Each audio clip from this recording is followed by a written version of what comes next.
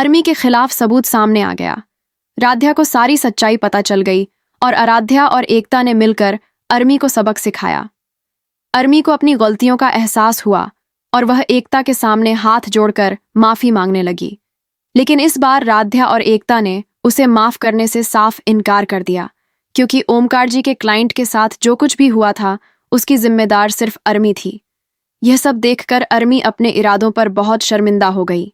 राध्या ने सच्चाई जानने के लिए बहुत कोशिश की और जब अरमी के सामने सबूत रखे गए तो उसने खुद ही सब कुछ मान लिया। शाम का समय था। आंगन में गहरी खामोशी छाई हुई थी। हल्की हवा बह रही थी, लेकिन उस हवा में भी एक अजीब सा बोझ था।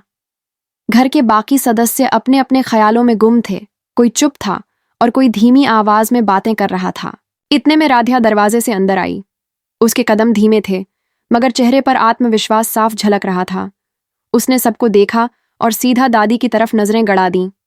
उसकी आवाज में मासूमियत भी थी और मजबूती भी। वह बोली, डिग्रियां सिर्फ कागज के टुकड़े नहीं होती। उनकी असली कीमत तब साबित होती है जब इंसान अपने कर्म से उन्हें सच करे। अगर एकता भाभी पढ़ी लिखी और समझदार हैं, तो इसमें बुराई क्या है कि उनकी काबिलियत दुनिया के सामने आए। उनकी योग्यता को छुपाकर रखने से किसी को क्या हासिल होगा। राध्या की बातों के बाद आंगन में एकदम सन्नाटा छा गया। सबकी नजरें उसी पर टिक गईं। दादी का चेहरा सख्त हो गया। उन्होंने ठंडी आवाज में कहा, औरत का असली गहना उसका परिवार है, न कि कोई डिग्रियां।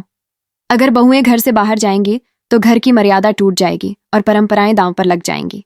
राध्या ने बिना झिझक जवाब दिया, असली इज्जत तब मिलती है जब इंसान अपने कर्म से नाम रोशन करे। औरत भी इंसान है। उसकी मेहनत और पढ़ाई अगर उसे पहचान दिलाती है तो यह पूरे परिवार की जीत है। क्या भगवान ने औरत को सिर्फ घर की चार दीवारी में कैद रहने के लिए बनाया है? दादी चौंक गईं। बाकी लोग भी सुनते रह गए। तभी अहम खड़ा हुआ। उसकी आंखों में गुस्सा था। वह ऊंची आवाज में बोला, बहुत सुन लिया राध्या। दादी को उपदेश देने वाली तू कौन होती है? छोटी बहू होकर बड़ी बहू की वकालत करने चली है। राध्या ने कांपती मगर मजबूत आवाज में कहा, अगर सच बोलना गुनाह है तो हाँ, मैं गुनहगार हूं। अहम का गुस्सा और भड़क गया। वह तेजी से आगे बढ़ा और राध्या को धक्का दे दिया। राध्या आंगन में गिर पड़ी। सबकी आंखें फटी की फटी रह गईं। दादी के हाथों से माला गिर गई। एकता दौड़कर आई और राध्या को सहारा दिया। उसकी आंखों से आंसू बह रहे थे, लेकिन आवाज मजबूत थी। उसने कहा, आज तक मैं झुकती रही क्योंकि मुझे लगा कि मेरी डिग्रियां बेकार हैं, लेकिन आज राध्या ने सच दिखा दिया। अब मैं अपनी पहचान छुपाकर नहीं रखूंगी। अब अपनी काबिलियत दुनिया के सामने लाऊंगी। घर में फिर से खामोशी छा गई। हर किसी के दिल में सवाल उठ रहा था। राध्या ने धीरे से कहा, देखा दादी, यही सच है। औरत अगर अपनी मेहनत और पढ़ाई दुनिया को दिखाती है तो इज्जत घटती नहीं बल्कि बढ़ती है। दादी का चेहरा कठोर से नरम पड़ गया। उनकी आंखों में दुविधा थी, लेकिन दिल में कहीं एक हल्की सी रोशनी जग गई।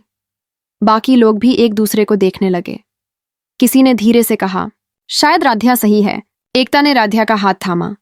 उसकी आंखों में चमक थी। वह बोली, अब मैं डरकर नहीं जीऊंगी। मेरी पहचान सिर्फ इस घर तक सीमित नहीं रहेगी।